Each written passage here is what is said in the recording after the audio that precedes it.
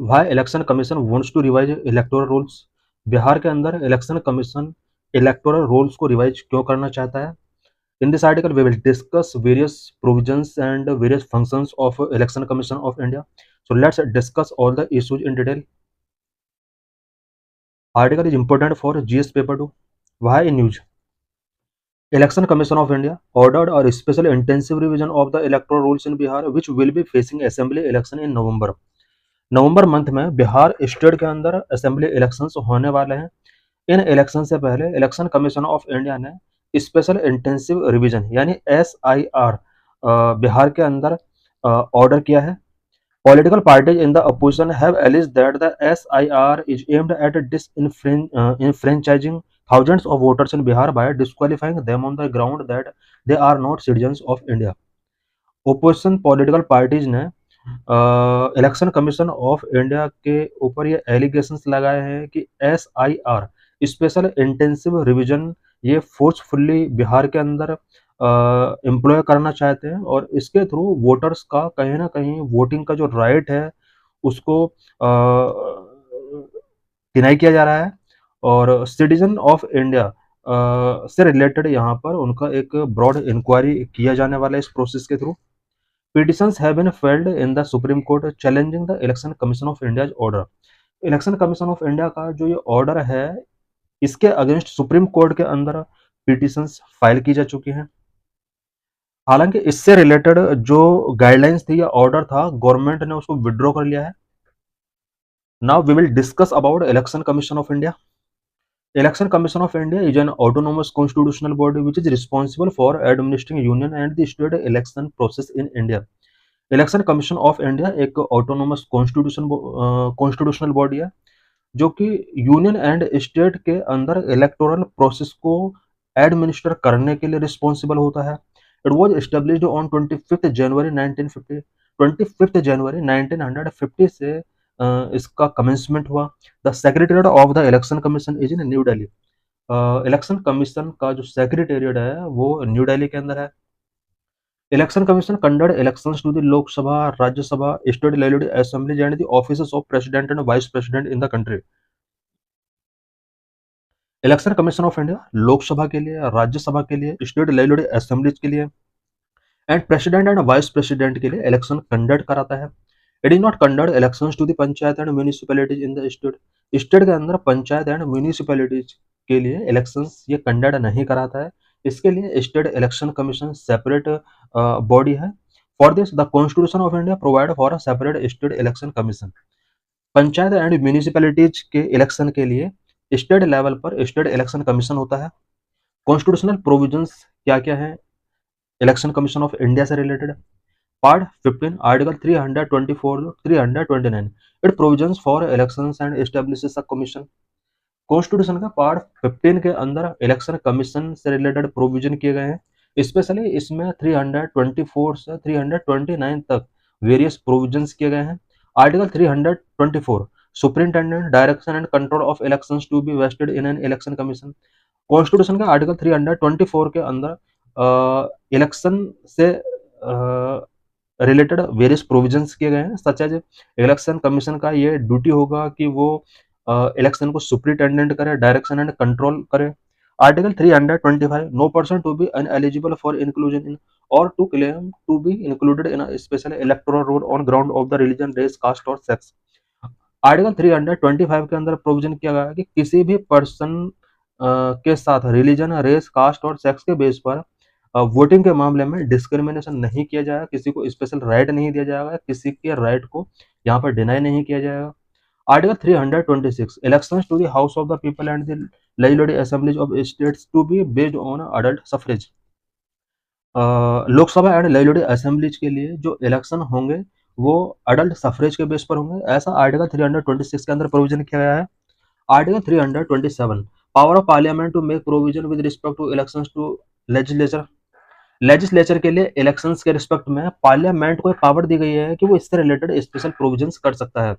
Article 328 power of legislature of a state to make provision with respect to the elections to such legislature. Article 328 के अंदर ये provision किया गया है कि कुछ यहाँ पर स्टेट लेजिस्लेचर के लिए स्पेशल प्रोविजन किए जा सकते हैं।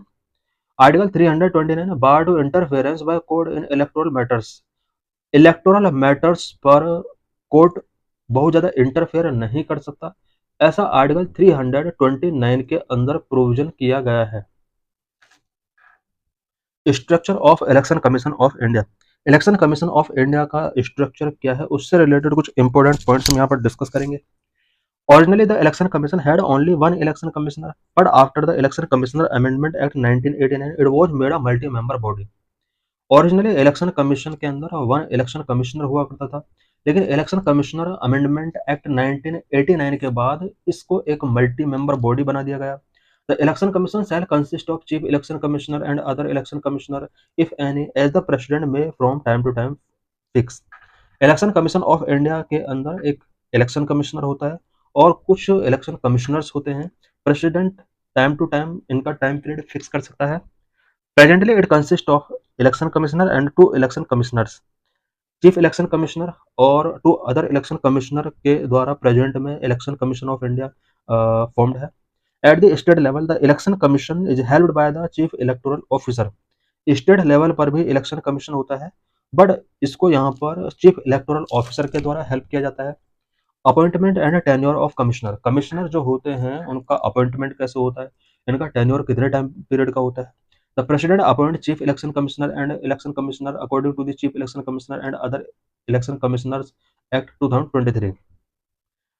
Chief election commissioner and other election commissioners act 2023 के according president chief election commissioner and election commissioner का अपॉइंटमेंट करता है। They have fixed tenure of 6 years और up to the age of 65 years whichever is earlier. इनका जो time period होता है वो 6 ईयर का टेन्योर होता है, या फिर 65 एज जो भी अर्लियर हो जाए वो इसके अकॉर्डिंग वर्क करना होता है। The salary and conditions of service of the chief election commissioner and other election commissioner will be equivalent to that of the Supreme Court judge. Chief election commissioner and other election commissioner का जो salary होगा, जो conditions of service होंगे, वो supreme court के जज के equivalent होंगे। Removal process. Election commission member can resign any time और can also be removed before the expiry of their term. किसी भी टाइम ये रिजाइन कर सकते हैं। The chief election commissioner can be removed from office only through a process of removal similar to that of the Supreme Court judge by Parliament, while election commissioners can only be removed on the recommendation of the chief election commissioner. Chief election commissioner के अगर removing की बात की जाए तो supreme court के जज को जिस तरह से इम्पीचमेंट प्रोसेस के थ्रू रिमूव किया जाता है, उसी तरह से चीफ इलेक्शन कमिश्नर को भी इम्पीचमेंट मोशन के थ्रू रिमूव किया जाएगा। बाकी अदर इलेक्शन कमिश्नर को चीफ इलेक्शन कमिश्नर के रिकमेंडेशन पर ही रिमूव किया जा सकता है। What are other limitations? The Constitution has not specified the term of the members of the Election Commission. Election commission के मेंबर्स का टर्म कॉन्स्टिट्यूशन के अंदर स्पेसिफाई नहीं किया गया है। Constitution has not prescribed the qualifications of the member of the election commissioner. Election commission के member का क्वालिफिकेशन भी कॉन्स्टिट्यूशन के अंदर स्पेसिफाइड नहीं है। Constitution has not debate the retiring election commissioners from any further appointment by the government.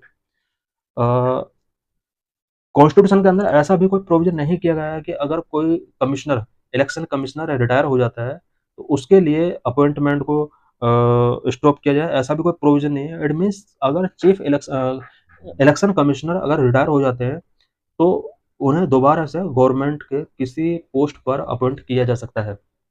What is the procedure to appoint election commissioner. Election commissioner को appoint करने का प्रोसेस क्या होता है। Chief Election Commissioner and other election commissioners Bill 2023 outline the current procedure for appointment.